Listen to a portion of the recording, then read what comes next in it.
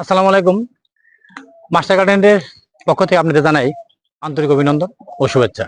আপনাদের জন্য আজকে একটা নতুন বিষয় নিয়ে ভিডিও নিয়ে উপস্থিত হয়েছি। আমরা সব বাগানি বা আমাদের বাড়িতে বাড়িতে যাদের আছে, গাছগাছালি আছে, আমরা যে কাজগুলো আসলে মূলত করতেই চাই না, সেটা হচ্ছে প্রুনিং, তার মানে ডাল ছাঁটাই। আমরা আজকে বনজ গাছ এবং হচ্ছে ফলজ গাছ কখন কিভাবে আপনি এই প্রুনিং করবেন এবং কেন করবেন, এই সমস্ত গুরুত্বপূর্ণ কিছু বিষয় নিয়ে আজকে আপনাদের সাথে আমি এই বিষয় নিয়ে আলোচনা করব। আমাদের সাথে থাকেন আপনাদের সবচেয়ে প্রিয় চ্যানেল মাস্টার গার্ডেন চ্যানেল।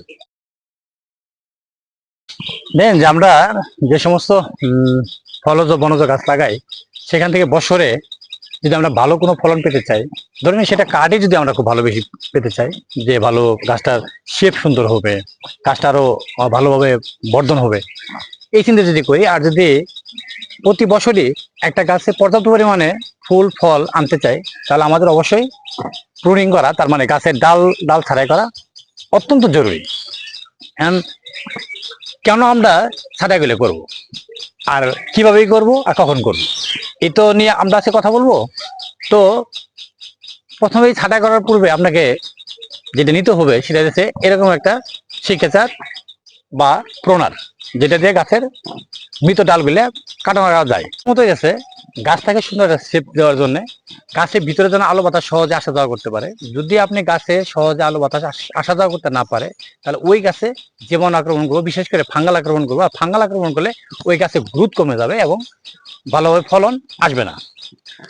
তারপর হইতেছে যে গাছে যে অবাঞ্ছিত কিছু ডাল থাকে, মানে গাছের ভিতর থেকে কিছু ডাল হয়, যেমন ধরে এই যে আমার গাছের এই যে ভিতর যে ডাল হয়ে গেছে, এই যে ডাল, মৃত ডাল, এগুলো যদি থাকে, তাহলে এই ডাল থেকে কি হবো, একসময় জীবাণু সইরা অন্যান্য ডালগুলো হয়ে যাব, আক্রান্ত হয়ে যাব।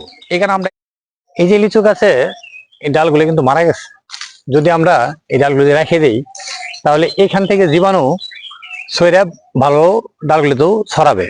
তাই এটাকে সেক্ষেত্রে দিকে কেটে দিতে হবে। দেন আমরা কেটে দিচ্ছি।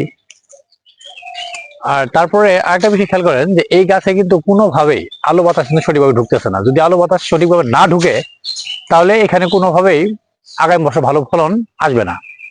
এই কারণে আমরা এই রোগাক্রান্ত ডাল আর যেন সহজে আলো বাতাস ঢুকতে পারে, রোগ ব্যাধি থেকে গাছটা রক্ষা পাওয়া যায়, এবং নতুন করে যে কুশিগুলো বের হবে, সেখানে পর্যাপ্ত পরিমাণে ফল আসবে। এই কারণে ফল গাছে প্রুনিং গুলো করা জরুরি। এটা না হয় ফলজ গাছের দাম বলতেছি, কিন্তু আগে বনজ গাছের দাম আপনাদের বলি, যে বনজ গাছ কেন আপনি ই করবেন, বনজ গাছে কখন করতে হয়। বনজ গাছের কাঠ গাছ যেগুলো আছে, সেগুলোকে অবশ্যই শীতের, আপনারা জানেন যে শীতের সময় সমস্ত গাছই কিন্তু ডমিনেন্ট পিরিয়ডে চলে যায়, তার মানে ঘুমন্ত অবস্থায় চলে যায়, তারা কিন্তু কোনো ধরনের খাবার গ্রহণ করে না। কিন্তু শীতের পরেই সে যখন বসন্তকাল শুরু হয়, তখনই কিন্তু সব ধরনের গাছে তার পানির প্রয়োজন পড়ে, খাদ্যের প্রয়োজন পড়ে। তো আমরা যদি এই যে সমস্ত কাঠ গাছ আছে, এই কাঠ গাছগুলো আমরা যদি শীতের শেষে যদি প্রুনিং করে দিই, ডালপালা যদি কেটে দিই, তাহলে গাছের যে পানির প্রয়োজন সেটা একটু কম লাগবে, পাশাপাশি খাবারের যে প্রয়োজন সেটা কম লাগবে। আর এতে করে গাছ যে পানির অভাবে বা খাদ্যের অভাবে গাছ যে বৃদ্ধি, এটা কিন্তু ব্যাহত হবে না, গাছ সঠিকভাবে বৃদ্ধি পাবে।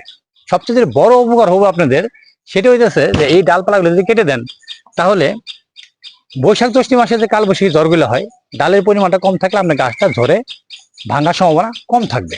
এই কারণে আমরা বনজ গাছগুলোর এভাবে ছাঁটাই করবো একদম শীতের শেষ দিকে। আবার বর্ষাকালে কখনোই বনজ গাছের ডালপালা ছাঁটাই করবো না, এতে করে গাছের গ্রোথ নষ্ট হয়ে যাবে। ফল গাছের বেলায় একটু ভিন্ন।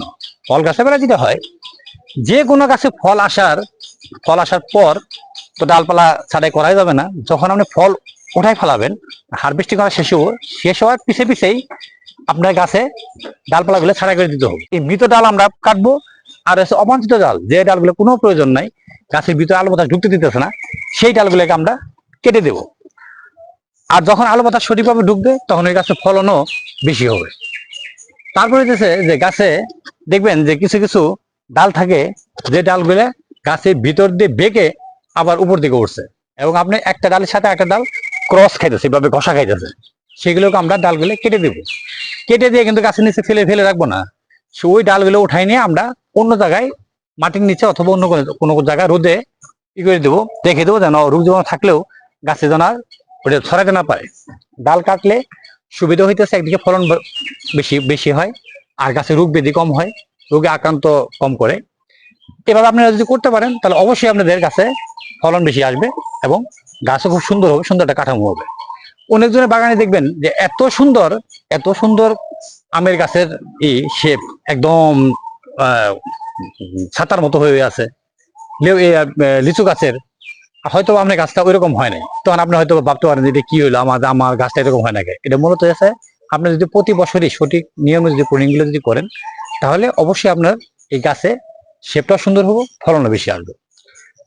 তাহলে আমরা বনজ গাছের ডালপালা ছাঁটাই করবো শীতের শেষে, আর ফলজ গাছের যে সমস্ত ডাল ছাঁটাই করবো সেটা হইতেছে ফল আহরণ করার পরে পরে আমরা ডালপালাগুলো কেটে মোটামুটি সাফ করে দিয়ে সেখানটা ফাঙ্গিসাইড গাছে স্প্রে করে দেবো। কেননা এই যে পোনা দেখতেছেন এখানেও ছত্রাক থাকতে পারে, যে ডালটা আমি কাটতেছি ওই ডাল থেকে ছত্রাক লাগে আরেক ডাল যাইতে পারে। এই কারণে আমরা কাটার পরে সেখানে আপনার এই কার্বনডাজিম অথবা ম্যানগোজেব গ্রুপের ছত্রাকনাশক স্প্রে করে দেবো। আর যেহেতু ডালপালা কেটে ফেলছি, তারপরে গাছে ফল ছিল, পর্যাপ্ত পরিমাণে খাবার দিতে হয়েছে, গাছের খাবার সংগ্রহ করতে হয়েছে, এইখানে ডালপালা কাটার পর আমরা গাছের ঠিক মোটামুটি গাছের ছায়া যতটুকু পরে পর্যন্ত নিচ পর্যন্ত আমরা একটু মাটিটা খুঁড়ে এনে হালকা কিছু জৈব সার এবং রাসায়নিক সার দিয়ে রাখবো। তাহলে সারা বর্ষার মধ্যে আমাদের আর কোনো পরিশ্রম করতে হবে না, কোনো চেষ্টা করতে হবে না। দেখবেন যে আবার যখন আপনার এই নভেম্বর ডিসেম্বর মাস আসবো তখন আবার আরেকবার যদি খাবার দেন তাহলে পরবর্তী বছরে পর্যাপ্ত পরিমাণে ফল পাবেন এবং আপনি যে গাছ যে বৃদ্ধি হওয়ার যে ধরন সেটাও পরিবর্তন হবে, গাছ খুব সহজেই বৃদ্ধি পাবে। যদি আপনাদের আমাদের এই ভিডিওগুলো যদি আপনাদের কাছে একটুও কাজে মানে উপকার এসে থাকে, কাজে লেগে থাকে, আপনারা উপকৃত হয়ে থাকেন, তাহলে অবশ্যই আপনাদের এই প্রিয় চ্যানেল মাস্টার গার্ডেন চ্যানেলটাকে সাবস্ক্রাইব করে রাখবেন এবং বেল বাটনটাকে প্রেস দিয়ে রাখবেন এবং মাস্টার গার্ডেন একটা ফেসবুক পেজ আছে সেটাকে ফলো দিয়ে রাখবেন। আর পাশাপাশি যারা এই পর্যন্ত সাবস্ক্রাইব করছেন তাদেরকে মাস্টার গার্ডেনের পক্ষ থেকে জানাই আন্তরিক অভিনন্দন, শুভেচ্ছা ও শুকরিয়া। আজকের মতো আমাদের এই ভিডিও শেষ করছি।